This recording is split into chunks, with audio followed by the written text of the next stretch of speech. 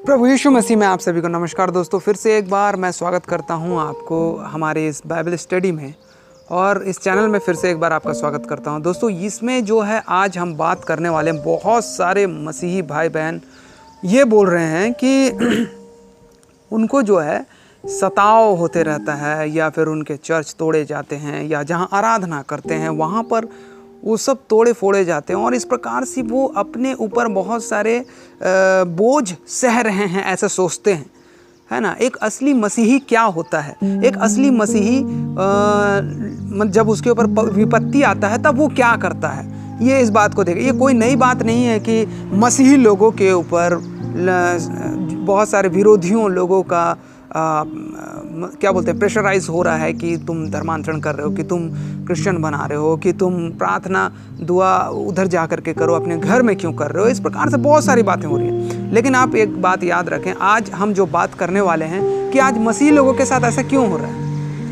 और क्या कारण है और उतना समय उनको क्या करना चाहिए जब उनके साथ ऐसा व्यवहार होता है, क्योंकि कानून भी उनका सहायता नहीं करता और ना ही कोई संस्था उनका सहायता करता है। इस प्रकार से वो कहीं ना कहीं से विपत्ति में पड़ते हैं और ये कोई नई बात नहीं है। लेकिन मैं आपको एक बात बता देना चाहता हूँ कि ये जो है प्रभु यीशु मसीह ने इतना इस समय में क्या बोला है।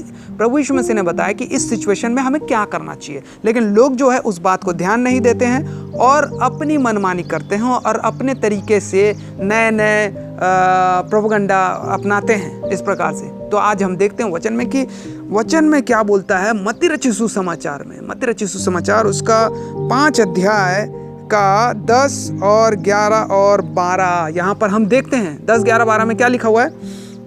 धन्य है वे जो धार्मिकता के कारण सताए जाते हैं, क्योंकि वो स्वर्ग का राज्य उन्हीं का है।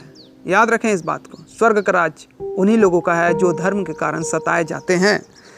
धन्य हो तुम जब मनुष्य मेरे कारण तुम्हारी निंदा करते हैं, बहुत सारे लोग करते हैं, और सताए और झूठ बोल बोल कर तुम्हारे विरोध में सब प्रकार की बुरी बातें कहें। झूठ बोल रहे हैं ना कि तुम धर्मांतरण करा रहे हो, तुम लोगों को ईसाई बना रहे हो, तुम इस प्रकार से बहुत सारी बातें कर रहे हो, हैं, झूठ बोल रहे हैं ना, फंसा रहे हैं ना तुमको।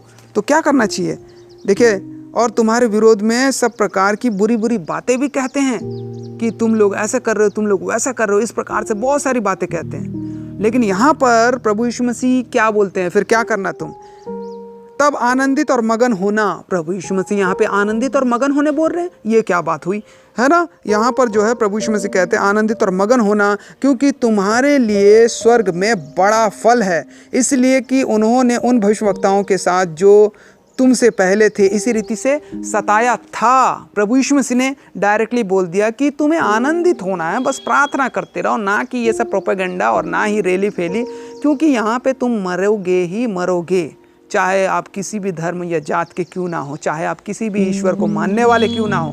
प्रभु यीशु मसीह पहले से बता दिया। फिर उसके बाद क्या करना है, फिर उसके बाद देखो क्या लिखा है। प्रभु यीशु मसीह प्रकाशित वाक्य कलीसिया को संदेश दे रहा है, यूहन्ना पवित्र आत्मा की प्रेरणा से।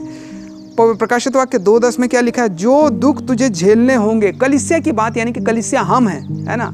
अगर मैं भी अकेला भी झेलता हूँ तो वो कलीसिया ही झेल रहा है, ठीक है, क्योंकि हम सब देह हैं ना, एक देह एक अंग है। जो दुख तुझे झेलने होंगे उनसे मत डर। अरे क्यों डर रहा है तू, और इधर उधर जाके पुलिस कंप्लेन कर रहा है और इधर उधर जाके हर प्रकार का रैली निकाल रहा है और इन लोग परेशान हो रहे हैं, दूसरे को भी परेशान कर रहे हैं। क्योंकि देखो शैतान तुम में से कुछ को जेल खाने में डालने पर है, और डाल रहे हैं ना जेल खानों में। परिस्थिति, दुख, तकलीफ जहाँ से आप नहीं निकल पाते उसे जेल कहते हैं, ताकि तुम परखे जाओ और तुम्हें 10 दिन तक क्लेश उठाना होगा। प्राण देने तक विश्वास रह तो मैं तुझे जीवन का मुकुट दूंगा।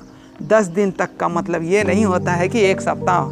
10 दिन तक का मतलब होता है कि आपको कुछ समय तक, आपको मतलब कुछ लिमिटेड टाइम तक आपको वो सहना पड़ेगा, उसके बाद ही आपका समस्या का निवारण होगा। और अंत तक विश्वास धरे रह, प्राण देने तक विश्वास धरे रह, यानी कि प्राण को खोने की चिंता मत कर। इस चिंता में रह कि मैं उस जीवन के मुकुट को कैसे प्राप्त करूं, और धैर्यता से बंधे रह। तो आपको वो प्राण देने तक विश्वास योग्य रखना है अपने आप को, तभी आपको जीवन का मुकुट मिलेगा और तभी आप अनंत जीवन की ओर जा सकते हैं, उस स्वर्गीय मुकुट को हासिल कर सकते हैं। यहाँ पे प्रोपेगेंडा करने से कोई फ़ायदा नहीं है ना। किसी संस्था को या रैली निकालना या पुलिस कंप्लेन करना या किसी भी धर्म और जात से लड़ाई झगड़ा करना, ये सब बैर भाव और ये सब बहुत ही बकवास है। बाइबल में जो प्रभु यीशु मसीह ने कहा वही हमें करना है। अब रही बात ये कि आज बहुत सारे लोग जो अलग अलग संस्था के साथ अलग अलग पॉलिटिकल्स को बोल रहे हैं कि इसके टाइम में पहले मसीही लोगों को सताव नहीं था, कांग्रेस टाइम में नहीं था, बीजेपी टाइम में आ गया है और घर वापसी करा रहे हैं, ये शैतान का सब प्रोपेगेंडा है और ये होते रहेगा, चाहे कांग्रेस रहे, चाहे बीजेपी रहे, चाहे आम आदमी रहे, चाहे कोई भी क्यों ना रहे। तो हमें प्रभु यीशु मसीह में, क्योंकि ये अभी नहीं हो रहा है, ये पहले से था, पहले से होते हुए आ रहा है, तो याद रखें इस बात को और अपने जीवन में ये ठान करके रखें कि अगर आप मसीह हैं और विश्वास योग्य बने रहते हैं तो आपके जीवन में हर प्रकार का धर्म सताव आएगा ही, और नहीं आ रहा है तो आप अनलकी हैं। जिनके जीवन में सताव आ रहा है उनके लिए 100% स्वर्ग का रास्ता खुल चुका है, आप इस बात को याद रखें। तो दोस्तों आज के लिए इतना ही। आप हमारे वीडियो को लाइक करें, शेयर करें, हमारे चैनल को सब्सक्राइब करें। इस प्रकार से नए नए वीडियो को हम आपके पास लाते रहेंगे। तब तक के लिए मैं आपसे अलविदा चाहता हूँ। परमेश्वर आप सभी को आशीष दे। नमस्कार, गुड बाय।